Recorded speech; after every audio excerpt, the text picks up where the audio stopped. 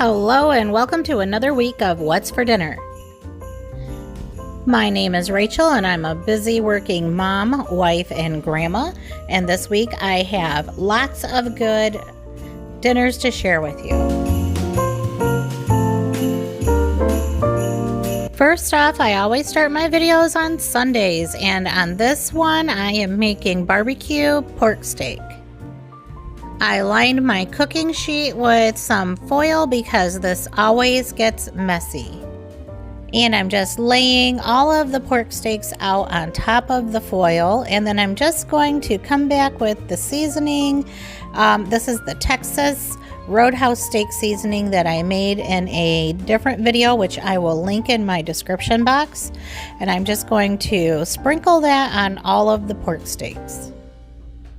And this is just an easy dinner to put together because the next step is just going to be covering these pork steaks up tight with a piece of aluminum foil and baking them in the oven on 375 for about 40 minutes.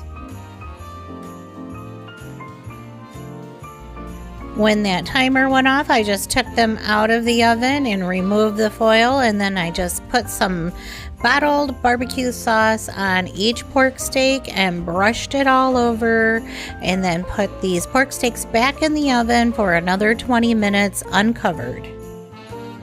The seasoning that I used on these pork steaks had some brown sugar in it, and so with that barbecue sauce I did get a little bit of burning. The sugar did get really caramelized, but the fat edge was really soft and juicy, and I just made up some instant mashed potatoes and some corn to go alongside.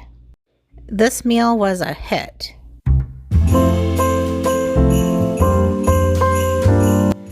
The next night I wanted to have some steaks, and Bill found a great deal on these T-bones. And once again, this was really simple. I just seared these steaks in a frying pan with some oil, used that same seasoning that I made on each of these steaks, and that's all there was to it. We just cooked the steaks on each side to the doneness that we like, and then just made up some really easy side dishes to go along. I am using a chopped salad kit in my glass casserole dish that I'm pretending is a salad bowl. And I just added a little bit of iceberg lettuce just as some fluff.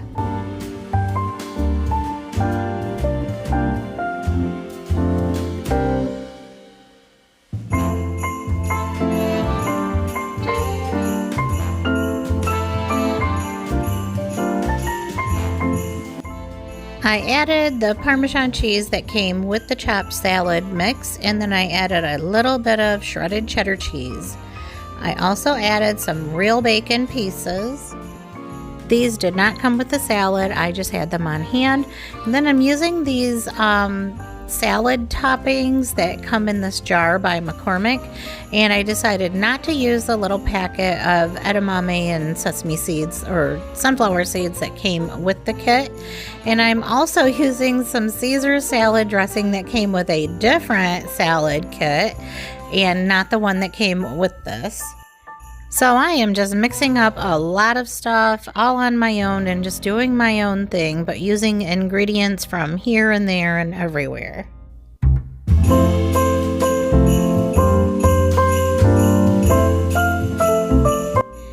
And there we go, that was my salad bowl. And then here is my plate. I have my steak, and we just made some Kraft box macaroni and cheese. And I did use some steak sauce because my husband always makes my steak well done.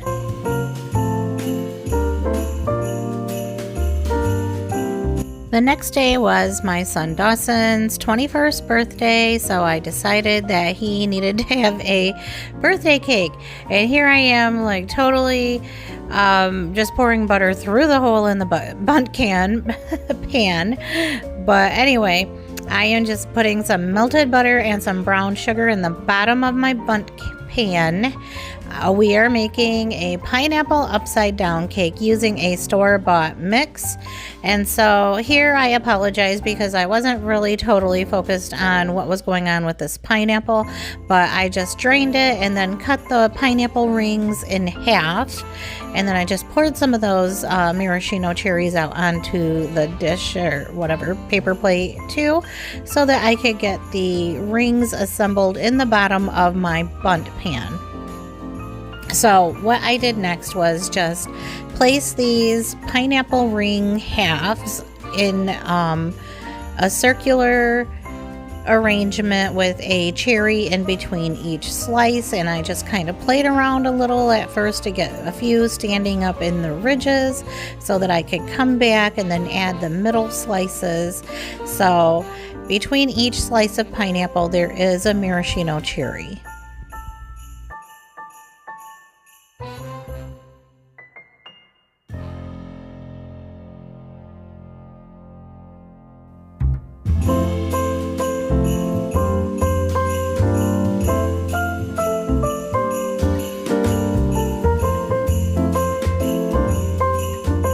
Once I had all of the fruit and brown sugar and butter arranged in the bottom of the pan, I just got to work getting my cake mix all put together as it called for on the package.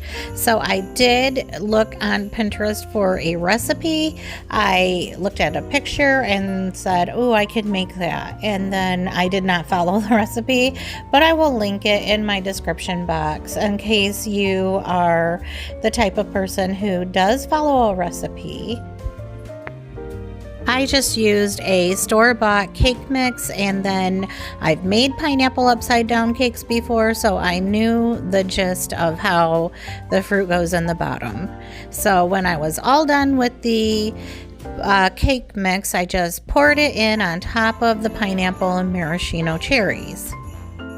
And I totally forgot to spray my pan with non-stick cooking spray, but I was lucky that it didn't stick.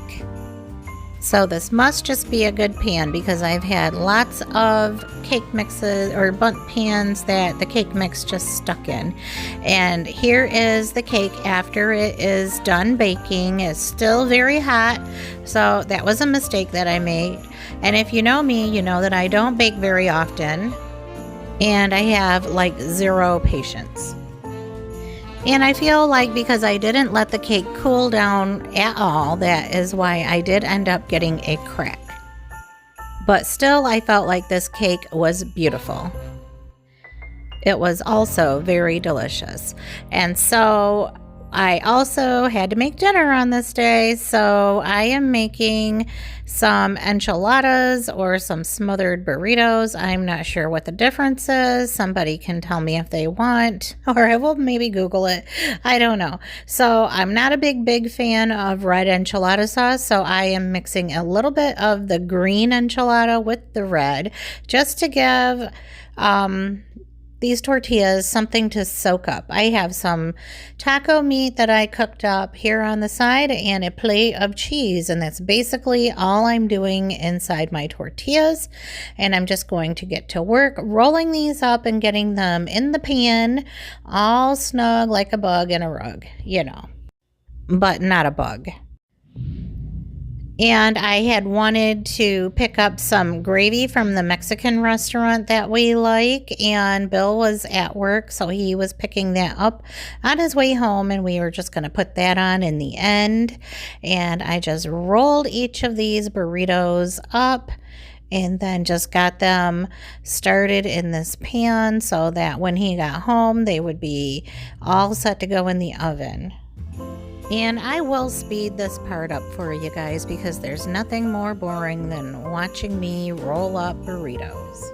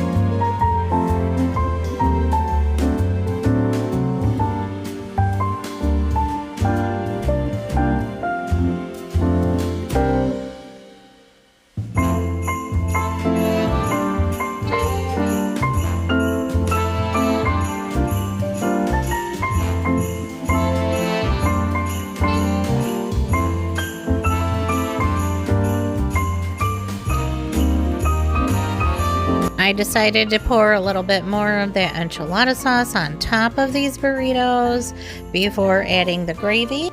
The gravy is really spicy, so I didn't think or wasn't sure if the kids would eat it or not, but they did and they loved it too. And so I just topped my burrito with a little bit of lettuce and a little bit of sour cream. And these were almost as good as the restaurant.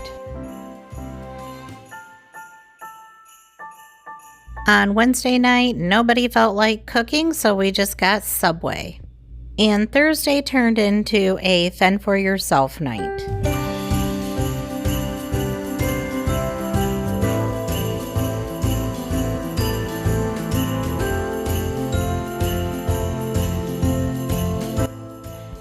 To me, this is what December should look like. And although we didn't get as much snow as some others, I was still happy to see the white stuff on the ground.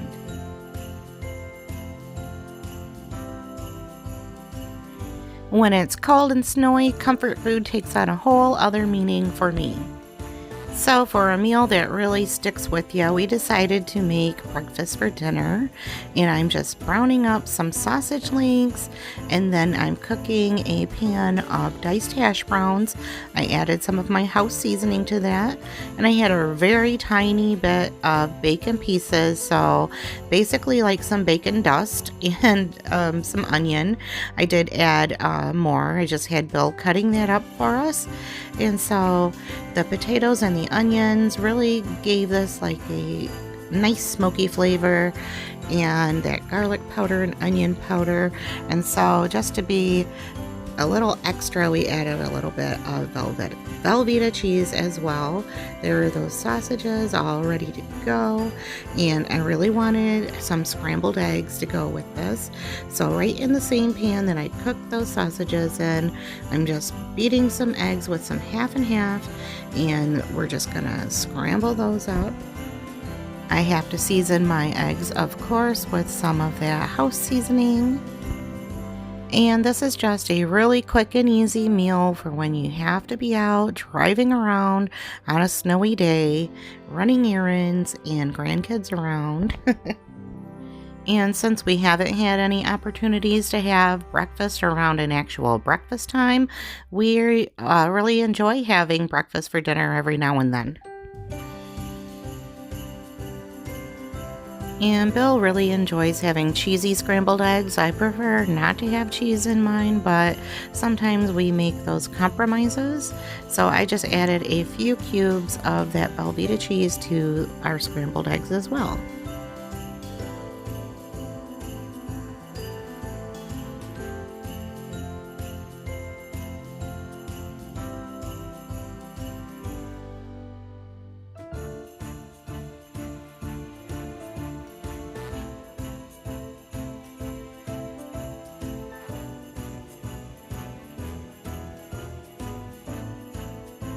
This simple dinner really hit the spot for me.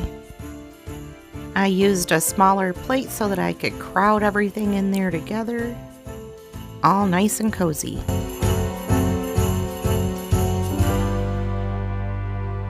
On Saturday I had a migraine, so I was kind of keeping it simple after I had taken my medicine and a nice long nap. Bill picked out this frozen P.F. Chang's Mongolian beef when he was at the store for dinner. And I was having some tummy troubles, so I opted just to go with some soup and sandwich. And just to bulk this up a little bit, I decided to add a bag of frozen rotisserie chicken, which is already cooked.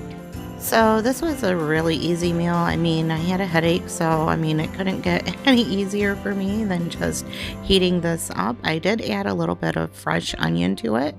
And then for myself, I just heated up a can of chicken noodle soup. And I wanted a grilled cheese to go with it, but honestly, I just didn't even want to have to go through the steps of making a grilled cheese. So I just made a couple of slider sandwiches on these Great Value buttery rolls.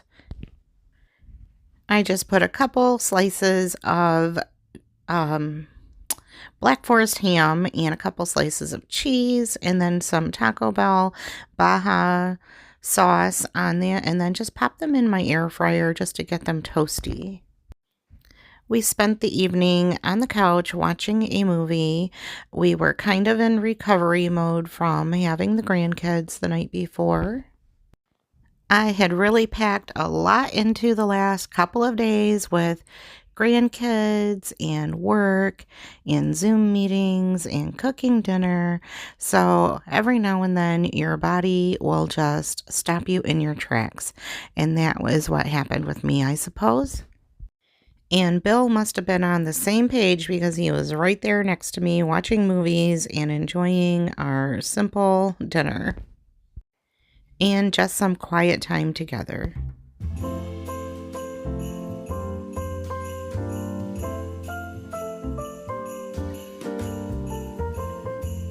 Well, that's it for this week, and I hope that you enjoyed this video. Thank you so much for stopping by, and I'll see you in the next one. Bye for now.